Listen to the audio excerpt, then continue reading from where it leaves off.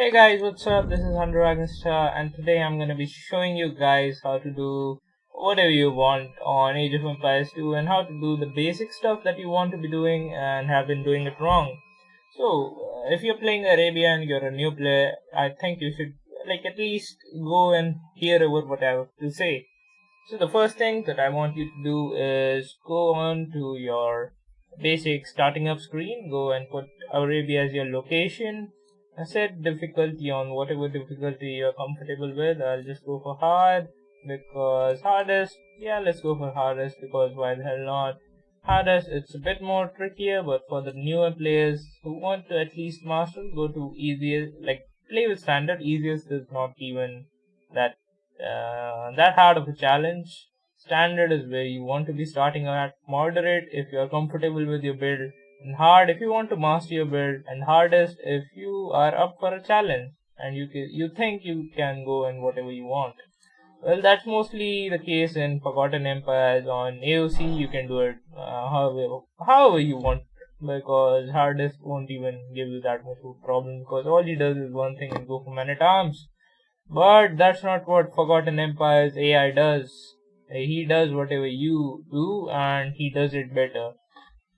So the things that you need to be careful of is that you do not fall into the trap of going for a build order that is not suitable to your playstyle. You need to find what is suitable to your playstyle and go and is and you need to implement it. My playstyle is a bit more of a reactive one and an aggressive one.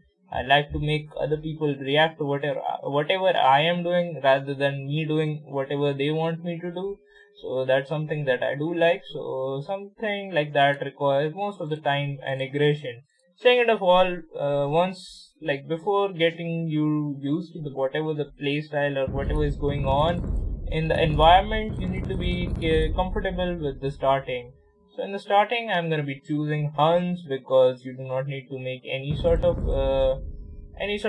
buildings, houses that I mean, and you get less amount of word, but that gets pretty much that is pretty much like a bonus if you ask me, because you do not need that extra word in the start. If you do get it, that's a bonus for you in your economy wise, but you do not really need it for the huns. The first thing first, we're going to be starting up the game. I set him as my ally rather than my enemy. My first objective is to find my resources, and the second one is to keep my TC running. You need to be familiar with the hotkeys for this to work. I just go to my town center. I just press my going to the town center hotkey. In my case, it's H, so it instantly jumps to my town center. And on the second scenario, I just keep on making villages as soon as I have enough food. As in the starting, sometimes you won't even find your sheep, so you need to be having to scout a circle around your base with your scout in order for him to find the sheep that you do have. Now I'm gonna be garrisoning all the villages that I have tasked to wood. Like, you need to get your villages tasked to food as soon as possible. So as I did not find any sort of food in the start of my game, I ordered them to go to wood rather than standing around and wasting time. I would have rather had them collect the resource. Instead of going loom, I will simply add even one more villager. I'll just keep on scouting around my base. Sheep scouting is something that most of the beginners do not need to worry about, because sheep scouting comes with a bit more micro. What you need to be focusing was on not to keep your PC idle, which I am doing because I did not find my sheep in the scout, but I'm trying my best in order to produce villages rather than having my town center idle. In the extreme case, when you absolutely have no food under your town center, you need to have to go for loom. But I would strongly disadvise you, because it sometimes bothers your eco a bit, but it won't be that big of a problem. I'm forcefully tasking them onto the next sheet, because that saves you a little bit of food. Since I'm going for the boar and you are a new player, I would advise you to go for loom just before you send the next villager. So the starting of my build order was 6 on sheep and then next 3 on wood, which I did by making a lumber camp as close to the forest as I possibly can, and then sending the next villager to the boar and getting loom in the meanwhile. Now I found my second boar and have been scouting around with my scout to see and find extra resources around my map. And I found both of my boars and my sheep. What I did over there was hit the boar twice and ran back towards my TC so that I can post drop the food like this instead of having to carry it from the place where the boar is and having to kill it over there. Instead of doing that, I have brought my boar back to my TC and have it over there just for my own like it's more efficient and effective that way rather than collecting the boar from over here. Now I'm gonna be sending, like, since I have like around 180 food on my first boar, I'll be sending my next villager to get the second boar in. I'll hit it twice again.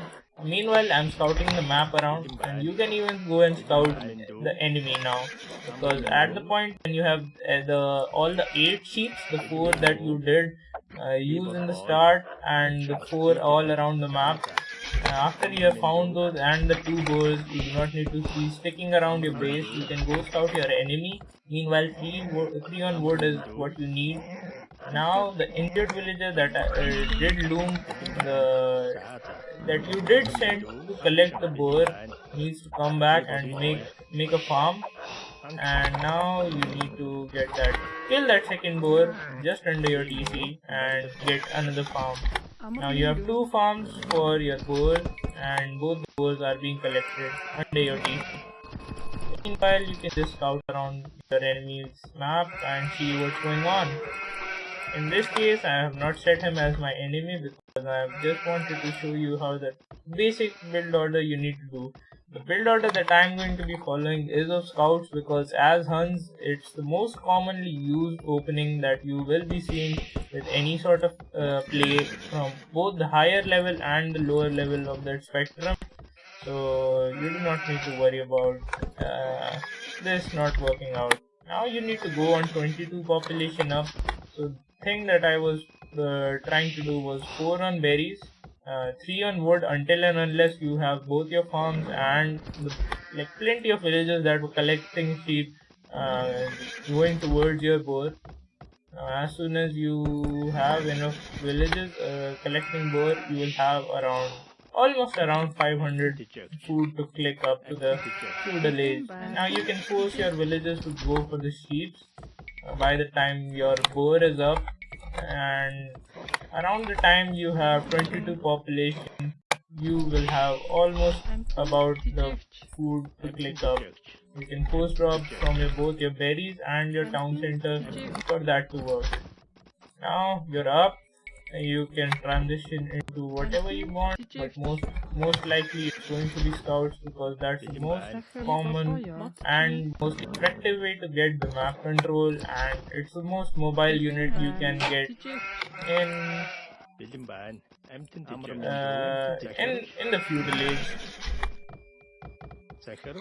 Make sure your villagers do not bump into each other. That's what you want. And now you can, once you have enough wood, you